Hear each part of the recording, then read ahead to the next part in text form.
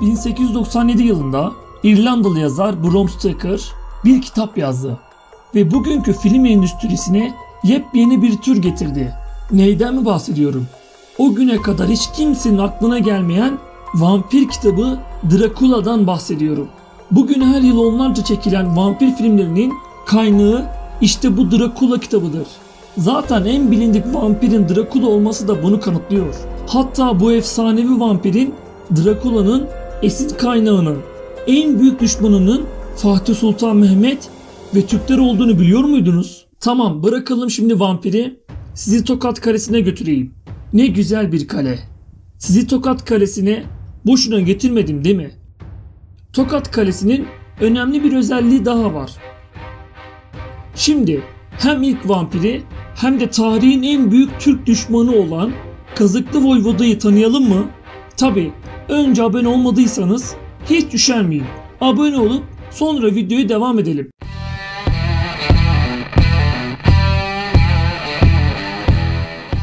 Kötü kahramanımızın adı Kazıklı Voyvoda ama gerçek adı 3. Vlad'tır.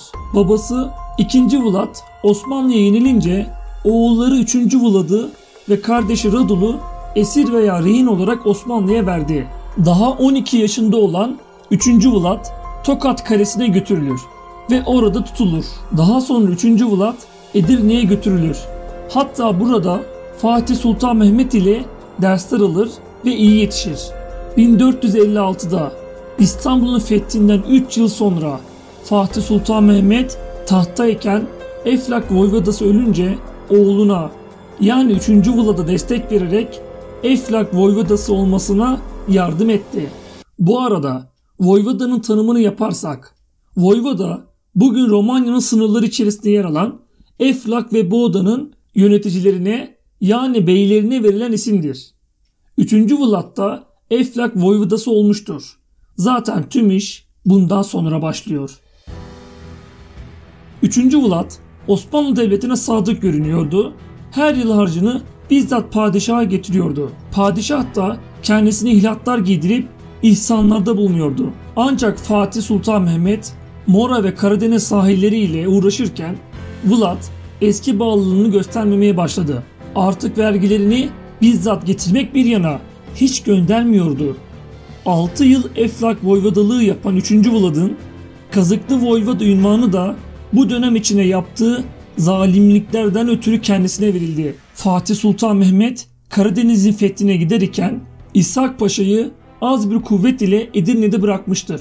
Bu olaydan istifade eden Vlad isyan bayrağını çekmiştir. Tuna'yı geçip Dobruca'yı ve Kuzey Bulgaristan'ı yağmalamıştır. İshak Paşa elinde az bir kuvvet olduğundan Vlad'ın peşine düşememiştir. Vlad'ın isyanından sonra yapmış olduğu caniliklerin haddi hesabı yoktur. Yapmış olduğu zulümlerden bir kısmı şunlardır. Türk ve Bulgar esirlerin derisini yüzdürüyordu. Bazı insanları sebze gibi doğuruyordu. Bir gün bir papaz eşekle giderken hem eşeği hem de papazı kazağa geçirip öldürmüştür. En meşhuru olan kazağa geçirme ona Kazıklı Voyvoda denmesine de sebep oldu. İnsanları normal şekilde öldürmüyor. Önce ellerini kollarını kesip kazağa geçirip işkence edip öyle öldürüyordu.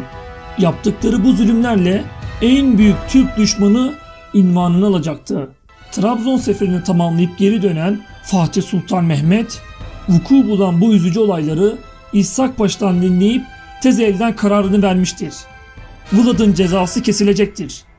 Yapmış olduğu bu canilikler son bulacaktır artık. 1462 baharında Eflak üzerine sefer kararı verdi. Osmanlı ordusu başta Fatih Sultan Mehmet olmak üzere 20 kadırga ve 150 nakliye gemisiyle birlikte hareket etti. Ordusuyla birlikte Tuna'yı geçip Eflak topraklarına giren Fatih Sultan Mehmet Vlad'dan iz göremedi. Avrupa'nın en büyük ordusunu gören 3. Vlad tabii ki de kaçmıştı. Kaçarken de terk ettiği topraklardaki kuyuları zehirledi, ekinleri yaktı, tüm hayvanları bile öldürttü. Hapishanelerdeki mahkumları, cüzamlı ve vebalıları saldı ve Türklerin arasına karışmaya teşvik etti. 3. Vlad Macar krallığına sığındı ve yardım talep etti. Lakin iş umduğu gibi gitmedi. Macar kralı Osmanlı Devleti ile bir pürüz yaşamamak için Vlad'ı hapse attı. Fatih Sultan Mehmet Eflak Voyvodası'na kardeşi Radul'u geçirdi. Fakat Radul bir süre sonra ölünce Macar kralı sinsi bir plan yapıp Kazıklı Voyvoda'yı tekrar serbest bıraktı. Bunu haber alan Fatih Sultan Mehmet Eflak Voyvodası'na tecrübeli bir bahadır olan Akıncı Bey'i Mihaloğlu'nu gönderdi.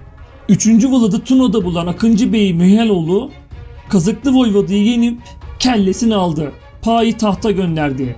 Yolda giderken bütün millet tabi Kazıklı Voyvoda'nın son halini görmüştü. Kazıklı Voyvoda'nın kellesinin Fatih Sultan Mehmet'e gönderilmesiyle bu zulüm tamamen bitmiştir. 3. Vlad'ın bir vampir olduğu rivayeti Almanya, Macaristan ve Rusya'da yayıldı. 3. Vlad'a Osmanlılar Kazıklı Voyvoda, Macarlar Drakul yani şeytan diyordu. Buna rağmen Romanya halkı onu bir kahraman olarak görüyor. 500 yıldır fazla süre gelen Drakula efsanesi 1897 yılında Bram Stoker tarafından kitaplaştırılmış, ardından üzerine sayısız film ve kitap üretilmiştir. İşte zalim Voyvoda'nın günümüzdeki vampir kavramını ortaya çıkartan, insanın hayret edeceği zulümlere sahne olan hikayesi böyledir.